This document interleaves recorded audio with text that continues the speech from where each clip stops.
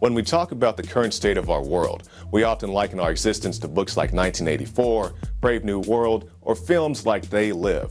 But recently I was watching that old Sylvester Stallone, Wesley Snipes film, The Demolition Man. And as far-fetched and sci-fi as it may have been at the time, it does ring a little true today. So let's take a moment and analyze this piece. Don't you hear a thought repeating in that brain of yours? The name Friendly, Edgar Friendly.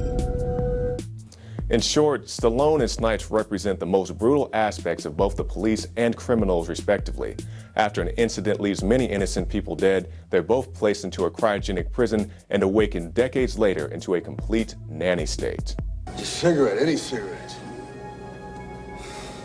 Smoking is not good for you, and has been deemed that anything not good for you is bad, hence illegal. Alcohol, caffeine, contact sports, meat. Are you me? John Spartan, you are fined 1 credit for a violation of the verbal morality statute. See what I mean? And while I'm not an advocate of using coarse language, I'm definitely not a fan of being fined for it either. Especially when you consider speaking about your lunch, which very well could contain a brown bag and a peanut butter and jelly sandwich, can be considered culturally insensitive if not downright racist. Also, the notion that anything the state deems to be bad for you is illegal, including contact sports and salty foods, but we'll talk about that in just a moment. In this clip, we see Wesley Snipes visiting a museum to acquire a real gun, the only place he can get one in his fictional timeline.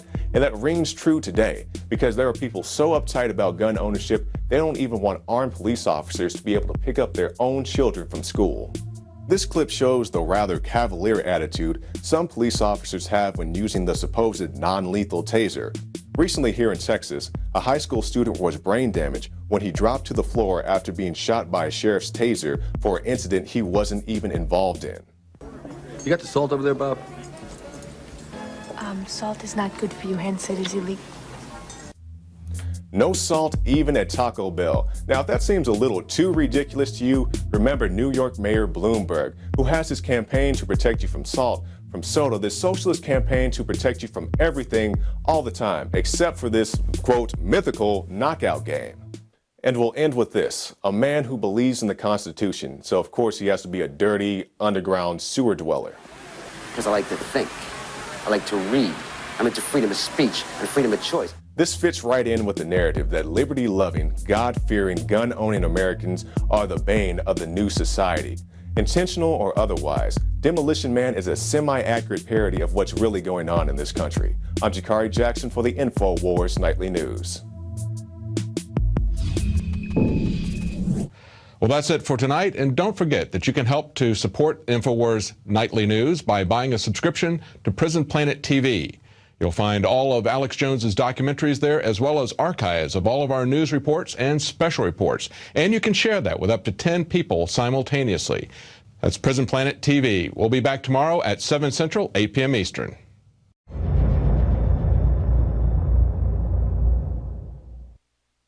Now you can watch The Alex Jones Show live as it happens at Infowars.com/show.